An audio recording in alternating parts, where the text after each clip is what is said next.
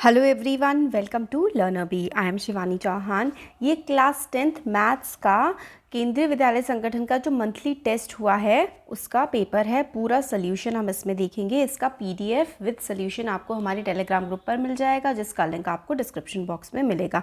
ये क्वेश्चंस बहुत ज़्यादा इंपॉर्टेंट हैं और बोर्ड्स में आने की भी प्रोबेबिलिटी इस चैप्टर से इन्हीं क्वेश्चंस की है, तो बहुत इंपॉर्टेंट वीडियो होने वाला है, ध्यान से देखिएगा। सेक्शन ए जो है एमसीक्यूज़ वाला है, वन वर्ड वाले इसमें क्वेश्चंस हैं, तो देखते हैं कि क्या पूछा गया है। If two positive integers A and B are written as this and this are prime numbers, तो एचसीएफ क्या होगा। एक्चुअली जो फर्स्ट क्वेश्चन है बच्चों वो ही एक, इसमें थोड़ी सी मिस्टेक इन्होंने कर रखी है। एक ई ऑप्शन इनको और देना चाहिए था, तो इसका करेक्ट आंसर जो है वो हो जाएगा एक्स वाई क्यूब। क्यों, देखो यहाँ पे हमने सोल्यूशन करके दिखा रखा है आपको कि ए जो है वो बताया हुआ है X cube Y cube. Actually ये जो क्वेश्चन है ना, ये इन्होंने एनसीईआरटी एग्जाम्पलर का दिया हुआ है, बट एक यहाँ पर ना एग्जाम्पलर में एक्स क्यूब वाई स्क्वायर, इन्होंने वाई क्यूब कर दिया है, इस वजह से आंसर में गड़बड़ी आ रही है इनके। तो हम देखते हैं, हम लेकर के चलते हैं एक्स क्यूब वाई क्यूब से और b is equals to X Y cube. तो ये जो है एचसीएफ हम लोग कैसे लेते हैं, एचसीएफ में हम ना एक्सपैंड कर देते हैं इक्वेशन को। तो हमने इसको क्या किया है, 3 टाइम्स x लिख दिया है और इसमें हमने 3 टाइम्स y लिख दिया है। इसमें हमने सिंगल x लिखा और 3 टाइम्स y लिख दिया। अब जो भी कॉमन है ना वो हम ले लेते हैं। तो इसमें एक x कॉमन है और इसमें 3 y कॉमन है, तो एचसीएफ इसका आ जाएगा एक्स वाई क्यूब। इस तरीके से एक्स वाई क्यूब एचसीएफ इसका आ जाएगा। नेक्स्ट है question 2, LCM of smallest 2 digit composite number in a smallest composite number is. तो देखो कि जो स्मॉलेस्ट कंपोजिट नंबर होता है वो होता है 4 और स्मॉलेस्ट 2 डिजिट कंपोजिट नंबर होता है 10। आपको पता है ना कंपोजिट नंबर कौन से होते हैं, कंपोजिट नंबर वो होते हैं जिनके फैक्टर्स 1 उनके अलावा कोई और हो, मतलब 2 या 2 से ज़्यादा जिनके फैक्टर्स बन जाते हैं ना वो कॉम्पोजिट नंबर होते हैं। प्राइम नंबर्स के सिर्फ 2 ही फैक्टर होते हैं, वो खुद और 1।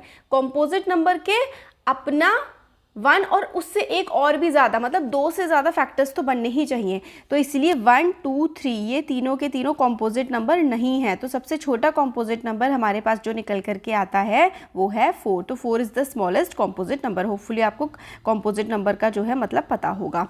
स्मॉलेस्ट जो है 2 डिजिट वाला कॉम्पोजिट नंबर 10 होता है। तो एलसीएम अगर हम निकालें 4 और 10 का तो हमारे पास आता है 20। ये यहाँ पर आपके सामने पूरा मैंने सॉल्व करके दे रखा है। पीडीएफ आप लोगों को मिल जाएगा टेलीग्राम ग्रुप से, वहाँ पर आप लोग इसका सोल्यूशन जा करके देख सकते हैं। तो 10 इसका आंसर, 10 लिख दिया यहाँ पे, 20 आंसर आएगा, क्योंकि 20 जो है वो एलसीएम है 4 और 10 का। तो यहाँ पर 20 ऑप्शन हो गया। थर्ड क्वेश्चन है 325 can be expressed as a product of its prime as. 325 को आप एलसीएम लेंगे और एलसीएम को जो प्राइम फैक्टर्स की फॉर्म में लिखते हैं वैसे लिख देंगे। तो देखो 325 का एलसीएम यहाँ पे है, तो इस तरीके से ये आ जाएगा 325 इज इक्वल्स टू 5 का स्क्वायर इंटू 13 की पावर 1। ये इसका ऑप्शन करेक्ट हो जाएगा। जो मैंने ग्रीन से मार्क कर रखे हैं वो करेक्ट ऑप्शन है, बच्चे ने भी करेक्ट किया हुआ है। तो टोटल क्वेश्चन 4 है, total number of factors of a prime number is. Prime number के टोटल फैक्टर्स कितने होते हैं, 2 ही होते हैं। नेक्स्ट देखिए क्वेश्चन नंबर 5 है, HCF and LCM of 12, 21 and 15। ये आपकी एनसीईआरटी का क्वेश्चन है। ये होगा 3 और 4, 20। तो देख लेते हैं इसका सोल्यूशन। इसका सोल्यूशन देखो, यहाँ पे हमें एचसीएफ निकालना है ना, तो एचसीएफ के लिए हम लोग अलग अलग इनके फैक्टर्स करते हैं, फिर इस तरीके से सबको लिख देते हैं साथ में कि भाई 12 कैसे लिखेंगे, 12 को हम लिखेंगे 2 इंटू 2 इंटू 3। 15 को कैसे लिखेंगे, 5 इंटू 3। 21 को लिखेंगे 3 इंटू 7। इनका जब सबका एलसीएम निकल करके देखो ऐसे करके इनका एलसीएम निकल आएगा। तो एलसीएम होता है, एलसीएम लिख दिया मैंने फिर से, एचसीएफ, इनका एचसीएफ निकल आएगा। एचसीएफ क्या होता है, लो हाईएस्ट कॉमन फैक्टर, और एलसीएम होता है लोएस्ट कॉमन मल्टीपल। तो यहाँ पर एलसीएम आ जाएगा। एलसीएम जब आप इसकी पूरी की मल्टीप्लाई करोगे तो ये बनेगा 420।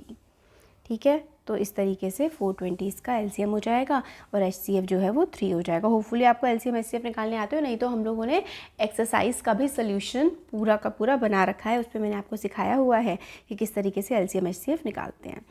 देखो क्वेश्चन नंबर 6 है कि एलसीएम ए बी है इंटू एचसीएफ ए बी है, तो इसका जो आंसर आएगा वो इंटू बी आएगा। चैप्टर के बिल्कुल स्टार्टिंग में ही बेसिक्स में ही सिखाते हैं।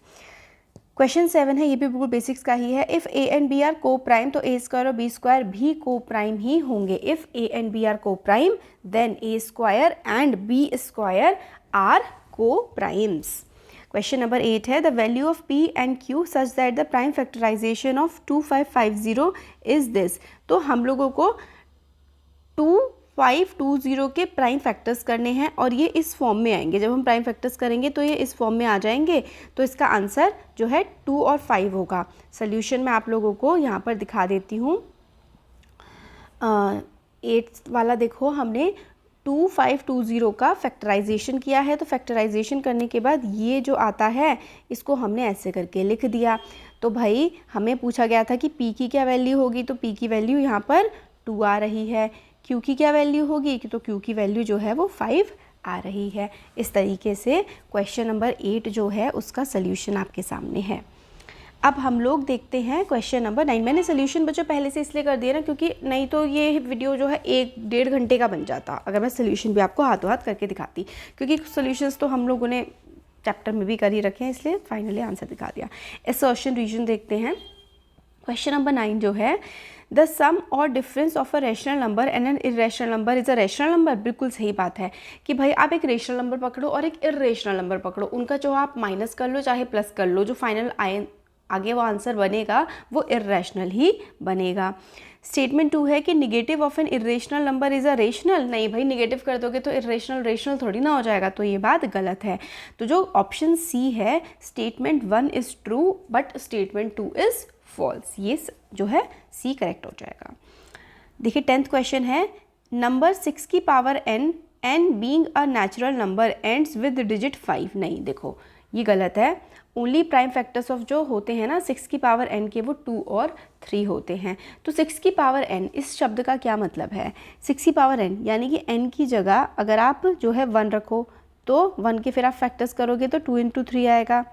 n की जगह आप 2 रखो तो ये 36 हो जाएगा, फिर इसके फैक्टर करोगे तो 6 × 6, फिर उसके बाद 2 3 2 3। तो यानी कि 6 की अगर पावर है, देखो 6 है, अगर 6 की कोई सी भी पावर हो, उसके जो प्राइम फैक्टर्स है ना वो 2 और 3 की फॉर्म में ही हमेशा आते हैं। ये हमने चैप्टर की एक्सरसाइज में अच्छे से समझा हुआ है, चैप्टर की एक एक्सियम प्रॉपर्टी के फॉर्म में बताया गया है बुक में। नेक्स्ट है, नंबर 9 की power n can not and with 0 for any natural number n। ये बिल्कुल सही बात है। देखो 9 की पावर 1 तो क्या होगा, 9 × 1 होगा। 9 की पावर 2 है तो यानी कि 81, और 81 को आप कैसे लिख सकते हैं, 9 × है ना 9, और 81 को और किस तरीके से लिखा जा सकता है, मतलब लास्ट में क्या आ रहा है, लास्ट में 1 आ रहा है। 9 की पावर 3 भी कर लोगे तो आप कुछ भी कर लो, लास्ट में जो है वो कभी भी 0 नहीं आएगा। तो 81 × 9 कर लो तो 9 8 9 72। तो 9 की कोई भी पावर होगी उसके एंड डिजिट कभी भी 0 नहीं होगी। ये बात बिल्कुल सही है, ये हमने अपनी जो चैप्टर में एग्जाम्स वगैरह पढ़ी थी उसके थ्रू समझा था। तो स्टेटमेंट 1 जो है वो फॉल्स है, बट यहाँ पर स्टेटमेंट 2 ट्रू गिवन है। आगे के जो हैं वो हम लोग क्वेश्चंस देखते हैं। सेक्शन बी अब स्टार्ट हो गया है। सेक्शन बी में देखिए क्वेश्चन है आपका कि एक्सप्लेन वाई, एनसीईआरटी का क्वेश्चन है, explain why 7 × 11 × 13 + 13 is a composite number. Composite number क्या होते हैं, जिसके 2 से ज़्यादा फैक्टर्स होते हैं। तो जिस भी नंबर के 2 से ज़्यादा फैक्टर्स होंगे उस नंबर को हम लोग कॉम्पोजिट नंबर बोल देंगे। तो देखो इस तरीके से 13 कॉमन ले लेंगे, ये एनसीईआरटी का क्वेश्चन है, 13 कॉमन ले लेंगे हम, तो ऐसे करके बन जाएगा। तो it has more than 2 factors, इसलिए एक कॉम्पोजिट नंबर है। क्वेश्चन नंबर 12 है, देखो ये भी एनसीईआरटी का ही, आपकी एक्सरसाइज 1.2 का ही क्वेश्चन है। There is a circular path around a sport field. Sonia जो है वो 18 मिनट लेती है उसका एक चक्कर कंप्लीट करने के लिए, रवि 12 मिनट लेता है। तो बताओ ये दोनों कहाँ पर मिलेंगे। ठीक है, नहीं ये स्टार्टिंग पॉइंट पर ये दोनों कब मिलेंगे, तो इस तरीके के केसेस में ना एलसीएम लिया जाता है, लोएस्ट कॉमन मल्टीपल इस तरीके के केसेस में निकाला जाता है। तो जो इसका लोएस्ट कॉमन मल्टीपल आएगा वो आएगा 36। आप 18 और 12 का जो है वो एलसीएम निकाल के देख लीजिए, आपका 36 आंसर ईजिली बन जाएगा। एनसीईआरटी का है इसलिए मैंने बहुत ज़्यादा डिटेल में एक्सप्लेन नहीं किया, आप लोगों ने कर ही रखा होगा solve. Find 2 irrational numbers between 1 and 2। देखो कोई भी दुनिया के दो नंबर्स के बीच में ना इनफाइनाइट टाइम्स इर्रेशनल नंबर्स मौजूद होते हैं, तो आप इस तरीके से लिखेंगे, it can be any number between 2 with any number of digits, hence we have infinite number of irrational numbers between two numbers। तो ये दो नंबर मैंने आपको बना के इस तरीके से लिख दी हैं, आप कुछ भी लिख सकते हैं, 1.7234990 कुछ भी लिख सकते हैं, क्योंकि there are infinite irrational numbers between any two numbers। तो ये क्वेश्चन नंबर 13 हम लोगों ने देख लिया। क्वेश्चन नंबर 14 जो है उसमें क्या है, 3 सेट्स ऑफ इंग्लिश, ये इंपॉर्टेंट है वाला क्वेश्चन, ये ना काफ़ी बार ना मतलब जैसे कि प्री बोर्ड्स वगैरह में तो काफ़ी पूछ लेते हैं।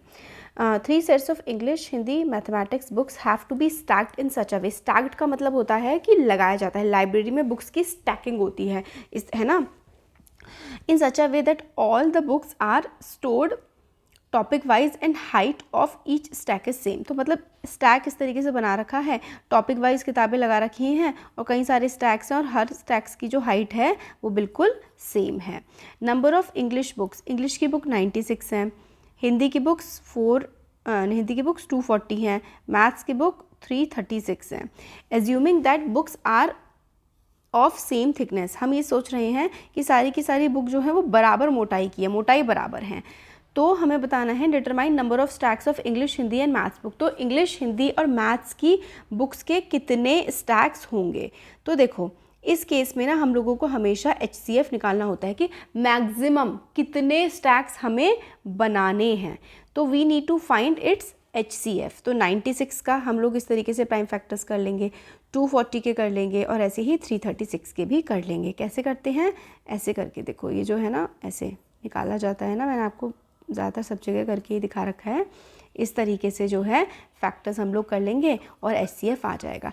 HCF जो है वो 48 आया है, so there must be 48 books in each stack.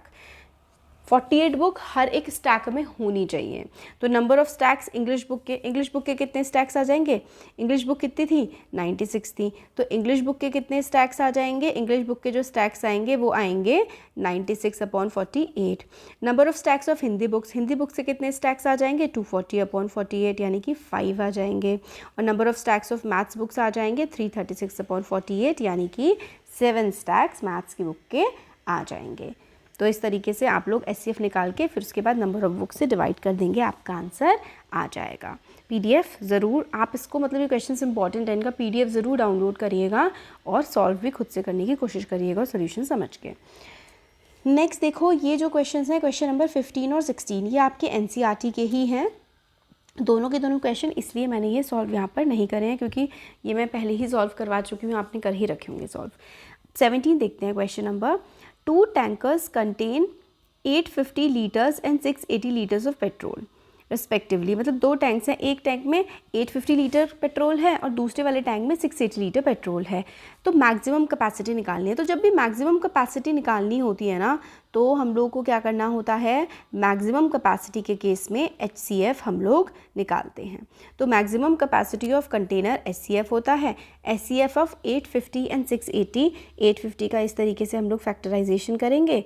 तो जब हम HCF निकालेंगे इनका, तो देखो दोनों में 2 कॉमन आ रहा है और 5 और 17 ये कॉमन आ रहे हैं। तो 2, 5 और 17 की हम मल्टीप्लाई कर देंगे तो HCF हमारे पास आ जाएगा 170। तो 170 जो है वो मैक्सिमम कैपेसिटी होगी एक कंटेनर की। ठीक है, इस तरीके से हम लोग मैक्सिमम जब भी शब्द आएगा तो हमें क्या निकालना होगा, हमें हमेशा उस केस में HCF निकालना होगा। तो which can measure the petrol in each. ठीक है, तो HCF आ गया। अब सेक्शन D है, क्वेश्चन नंबर 18 है। ये भी रूट 2 को इरेशनल प्रूफ करना है। आपकी जो 1.3 वाली जो एक्सरसाइज है नए सिलेबस के हिसाब से, उसमें पूरा का पूरा गिवन है और मैं दोबारा से और मतलब बना रखा है मैंने सारा, आप लोग देख सकते हैं। तो ये वाला इसलिए सॉल्व नहीं किया है। अब सेक्शन ई जो ये केस स्टडी बेस्ड क्वेश्चंस होते हैं ना, ये देखते हैं।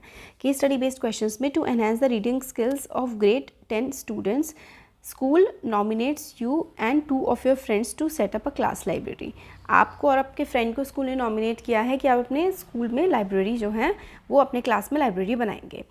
There are 2 section, section A और section B of 10th grade, मतलब 10th जो क्लास है उसके 2 सेक्शंस हैं। There are 32 students in section A and 36 students in section B. तो फिर हमें क्या करना है, 36 को और 32 को as a product of primes. तो प्रोडक्ट ऑफ प्राइम्स में हम लोग जो ये वाले होते हैं ना, ये होते हैं product of primes. Product of primes में किसी को शो करना होता है तो इस प्रकार से शो किया जाता है, ठीक है। तो ए और बी पार्ट तो ये हो गया कि भाई प्रोडक्ट ऑफ प्राइम में हमने शो कर दिया। नेक्स्ट है what is the minimum number of books. तो जब भी भाई मिनिमम नंबर निकालना होता है ना, तो मिनिमम नंबर निकालने के लिए हम लोगों को एलसीएम निकालना होगा। एलसीएम निकाल देना, ठीक हो जाएगा। क्वेश्चन 20 है fruit farmer grow the fruit crops including nuts primarily for the use as human consumption. तो वो नट्स उगा रहा है फार्मर, जैसे बादाम वगैरह। The subject of fruit and nut production deals with intensive cultural of perennial plants which have economic significance। तो भाई उसको ऐसे plants लगाने हैं जो पूरे साल चलेंगे। तो in this order a froster wants to plant 66 mango trees, 88 orange trees, 110 apple trees in a equal row। Also he wants to make distinct rows of trees, मतलब एक मैंगो ट्री की लेन बनानी है उसने, और एक ऑरेंज ट्री की लेन बनानी है, एक एप्पल ट्री की लेन बनानी है। और हर रो में मतलब जो है ना अलग अलग कई सारी रोज बनानी है, और हर रो में इक्वल नंबर ऑफ ट्रीज आने चाहिए। तो हमें क्या करना है, सबसे पहले तो हमें इन्होंने बोल ही दिया है कि एलसीएम निकाल दो। तो तीनों का एलसीएम जो है निकाल दिया है। तो तीनों का एलसीएम क्या आया है, 22 आया है। अच्छा, क्वेश्चन नंबर 14 वाले का मैंने आपको ये तो समझा दिया था। हाँ, जो क्वेश्चन नंबर 20 है इसमें सबसे पहले तो हमें एचसीएफ निकालने को बोला है, तो तीनों का एचसीएफ 22 अपना आ गया। Next find the number of minimum rows. तो मिनिमम नंबर ऑफ रोज़ आपको जब भी निकालनी है तो आप क्या निकालेंगे, मैंने आपको एचसीएफ तो निकाल के दिखा दिया है, आपको यहाँ पर एलसीएम निकालना है। तो एलसीएम के लिए जो बेटर तरीका होता है, वैसे तो इससे भी हो जाता है, या फिर बहुत ही ईजी तरीका जो होता है वो होता है कि 66, 88 और 110 इनको सबको साथ में ही आप सॉल्व कर लें और उससे इजीली आप जो है एलसीएम निकाल पाते हैं। तो ये हम लोगों ने पूरा का पूरा पेपर देखा, सॉल्यूशंस हमने देख लिए हैं। और इसी तरीके के वीडियोस देखने के लिए चैनल को सब्सक्राइब करें, फ्रेंड्स के साथ शेयर करें, और पसंद आया है तो लाइक भी कर दीजिए। Thank you so much.